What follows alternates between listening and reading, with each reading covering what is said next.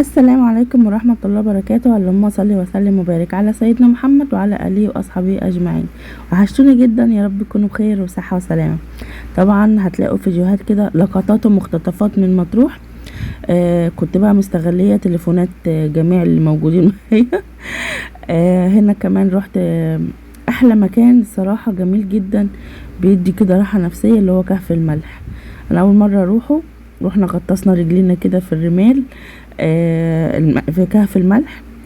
الصراحة وانتي ماشية كده رجليا كانتش قادرة امشي، لان كان في بزابيز من الملح كده، او القطع الكبيرة والصغيرة. طول ما انتي ماشية كان رجليا كانت مش قادرة يعني.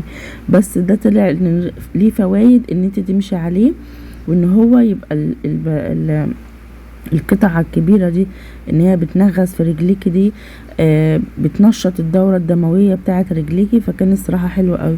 اللي عجبني كمان الأوضة اللي احنا قعدنا فيها، جميلة جدا. هي مش برايفت، دي عادية، ممكن اي حد تاني يبقى موجود فيها. انا في ناس تانية ممكن تيجي تقعد معانا. لك البرايفت عامل 200 جنيه، لكن دي ب100 جنيه.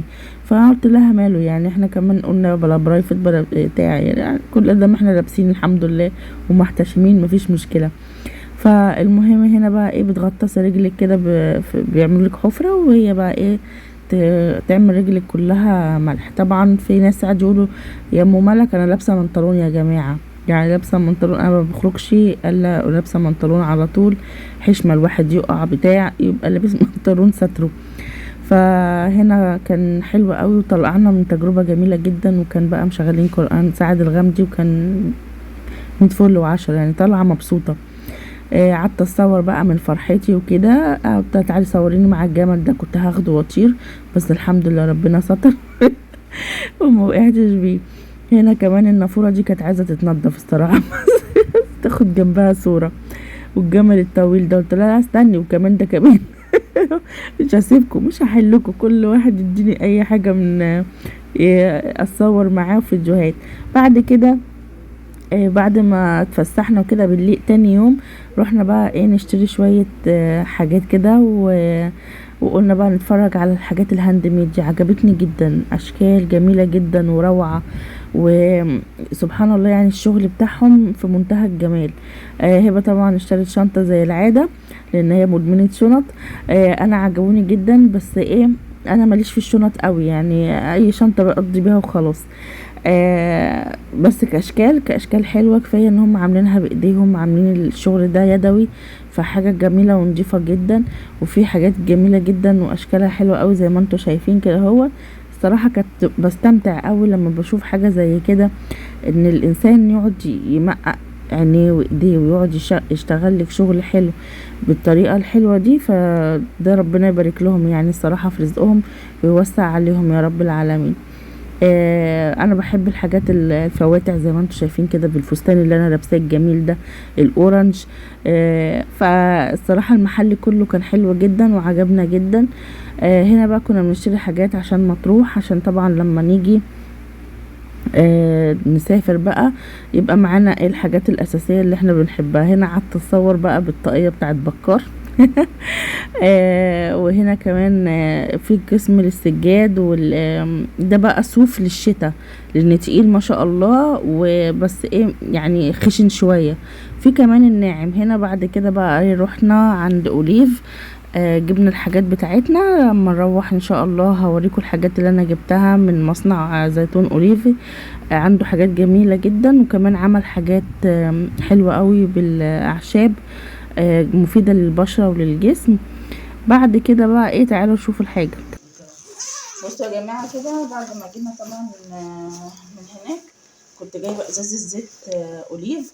الصراحه المصنع جميل جدا، كل ده هوريه لكم ان شاء الله في الفيديو. المصنع جميل جدا وبيعمل لك الحاجه وانت واقفه. في عند لا ده اشتريته ب100 جنيه من السوق. عندي الصراحه كنتره كحلي، فجبت ديت من السوق ب100 جنيه. جبت النعناع، الكيس الصغير عامل 5 والكيس الكبير عامل 10. بصوا بس ريحته فظيعة. ده الصغير عامل 5 جنيه، وده الكبير عامل 10. بصوا ريحته ما شاء الله عامله ريحه فظيعه جوه. تعالوا بقى نكمل المنتجات بتاعه اوليف، عشان حاجه اوليف جميله جدا الصراحه. جبت طبعا من عنده زيتون. انا كان في زيتون ازاز بس انا صراحه خفت على الازاز، فجبت اللي هو عبالي من عنده اللي هو الزيتون الاخضر. بصوا حلو قوي ما شاء الله. هبقى اسيب لكم الرابط تحت لو حابين لو عايزين حاجه. بصوا بقى اللي عجبني ايه اللي دوت بزيت الخردل وزيت لبان الدكر وزيت لوز الحل وزيت الجرجير وزيت الجوجوبا وزيت اليقطين وزيت الشيا وكمان زيت السمسم. ده للبشره يا جماعه، بيشيل بقى بيوحد اللون ويشيل السمار، وكمان لو في اي حاجه في حبوب ولا حاجه بيشيلها. جبت كمان دوت للشعر طبعا عشان الزيتون وكده طبعا الكب. دي خلطة 7 2 4 7 دي للبشرة بردك للشعر وللبشرة، بس انا جايباه علشان الشعر بيقولك حلو جدا لان فيه روزماري لإطالة الشعر، وفي كمان الجوجوبا وزيت الجرجير وزيت الحلو والسمسم وزيت الزيتون وجوز الهند. حلو جدا. ودي العلبة بتاعته اهي، والفوائد بتاعته حلوة قوي. جميل جدا. وكمان يشفي، كمان بيشفي الحروق السطحية بتاعة الشمس، ويزيد من انتاج الكولاجين، وكمان بيبقى البشرة النضرة والرطبة، وحماية البشرة من التلف وترطيب الوجه وتفتيح البشرة وتقليل الالتهابات وتعزيز الصحة للشعر وتقوية الأظافر. يعني في حاجات كتير قوي حلوة جدا. كمان جايبة من عنده صابون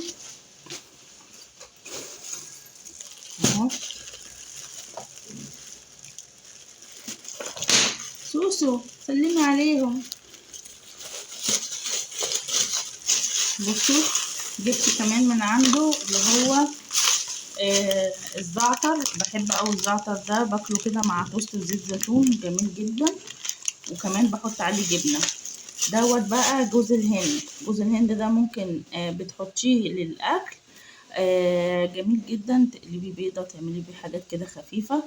حلو جدا وبيقوي الشعر والبشره، وكمان بيحرق الدهون وبيعمل خساره الوزن. يعني ممكن تحطيه كده على اكلات خفيفه. بصوا بقى ده لفروة الشعر صابون اوليف مطروح. ده زيت الروزماري للشعر، بتحطي منه في شعرك، تدعكي شعرك بيه كويس وتسيبيه في شعرك 5 دقايق، وبعد كده بتستخدمي الزيت دوت. بعد ما بتشطفيه بتستخدمي الزيت دوت على شعرك. جبت بقى كمان الصابونة دي بالخيار للبشرة. حلو جدا الصراحة، لقيتها ان هي بتعالج الحبوب البشرة وبتشد الجلد وتوحد لونه وبتعالج البشرة من الحبوب والتخلص من الرؤوس السوداء والتخلص من البقع وتفتيح البشرة. ده بردك بتحطيه بص دي شكل الصابونة اهي، وفيها جليسرين طبعا. بصوا جميلة، بصوا طرية ازاي، حلوة جدا. ده طبعا منتجات طبيعية، فانا عاجبني ان هي منتجات طبيعية. بتحطيه على وشك وبتسيبيه شوية وبعد كده بتشطفيه انا طبعا جبت منه 2 اهو زي ما انتم شايفين.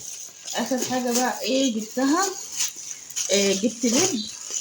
الصراحة اللب ده كله مش ليا لوحدي طبعا مش هعمل حفلة لب، انا جايباه انا وناس كانوا طالبينه مني، فجبنا كمان لب اسمر ولب ابيض. يعني ايه هنهيل بقى اللب. كان نسيت اجيب الحمص عشان انا بحب الحمص جدا، فصراحة نسيت اجيب. وقال كمان لب ابيض اهو، لب ابيض بس كده. ده خلاص. دي الحاجات اللي احنا، في حاجة تانية؟ لا دي الحاجات اللي احنا جبتها من مطروح.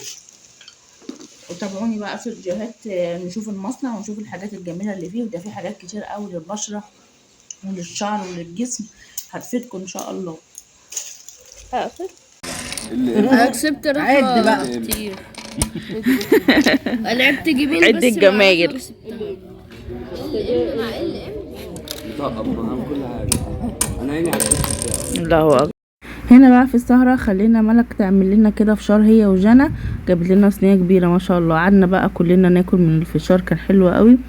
وكانت السهرة حلوة صراحة، والقعدة في الجنينة جميلة جدا وتبقى امان، وكل حاجة عند العيال عند الحاج احمد، يعني انتوا عارفينه بقالنا 3 سنين بننزل عنده. هنا بقى محمد وحودة راحوا جابوا اللي هو البيج باج ده، كانت مش عارفه الساعه 1 بالليل، طبعا كله سهران. وانا قلت بقى ايه العيال، يلا يا عيال عمكم محمد جاي جاب بيج باج، كله بقى راح يجري علشان يركب.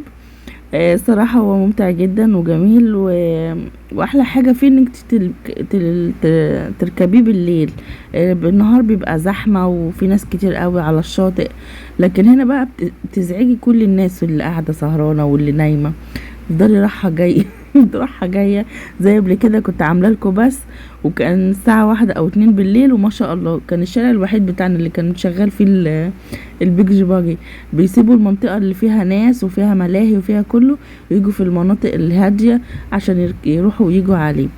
هنا كان في محمد اخويا مش عارفه كان بيدوس على ايه، المهم عطل شويه، بس الحمد لله محمد ربنا يكرمه عرفوا يعني يصلحوا. بصوا بقى ما صدقوا كله جري بقى عشان يركب.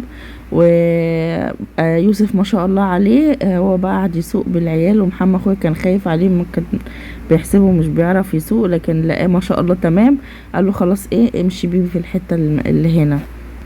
والعيال بقى كانوا مبسوطين وفرحانين ان هم راكبين البيج باجي وان هم يروحوا ويجوا بيه. كان متعة يعني الصراحة، وكان يوم عدى عليهم حلو قوي. وهنا محمد عمال يجرب لسه لغاية لما يشوف يعني اخرته ايه. وحودة يعني مستني الفرج عشان كل دوت من الوقت بتاع البيج باجي. فكان حلو قوي. انا قعدت اقول لهم ايه يا جماعة، انتوا لفوا العيال وفسحوهم، بعد كده تعالوا نادوا عليا عشان اجي اركب بالنا شوية، بس ما لحقتش للاسف. هم نسوا. وقلت يلا بقى المره الجايه، وبرضك ما ركبتهوش السنه دي خالص. يلا ما علينا، احسن برضه عشان ما اعملش معاهم حوادث، كفايه السنه اللي فاتت. يلا يا فاطمة، فاطمة انزلي. 1 2 3.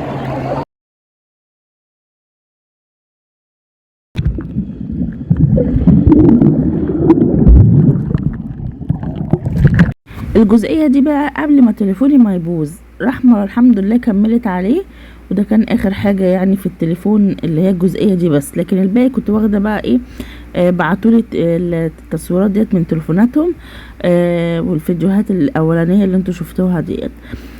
بعد كده بقى تعالوا نروحوا المصنع ونشوفوا بيعملوا ازاي بيستخلصوا الزيوت وكده. ده زيت ايه ده؟ ده زيت الروزماري. روزماري. زيت الروزماري ده بيستخدم للشعر برضو؟ استخدم للشعر، ده لإنبات الشعر اعلى حاجه، اعلى حاجه لإنبات الشعر زيت الروزماري. برضه بعديه زيت الجرجير، وبعديهم برضه زيت الخروع. لكن الخروع انه في ماده سميه بنخاف على الاطفال منه، فبنبعد عن زيت الخروع في منتجاتنا، فدايما بنتعوض عنه بزيت تاني من الزيوت اللزجه اللي هو زيت جوز الهند، وبنعوض عنه برضه بالروزماري والجرجير لإطالة الشعر وملء الفراغات. تمام. بصراحة كانوا عاملين شغل جامد جدا ما شاء الله عليهم، ربنا يبارك لهم في رزقهم يا رب العالمين. هسيب لكم العنوان ورقم التليفون تحت لو حابين تتواصلوا معاهم. وان شاء الله الفيديو بتاعنا يكون خفيف على قلبكم يا رب، ويكون كده يعني فيه شوية مقتطفات حلوة ان شاء الله تعجبكم، وتكملوا الفيديو للاخر. ولو عجبكم الفيديو ما تنسونيش في لايك وشير، والسلام عليكم ورحمة الله وبركاته.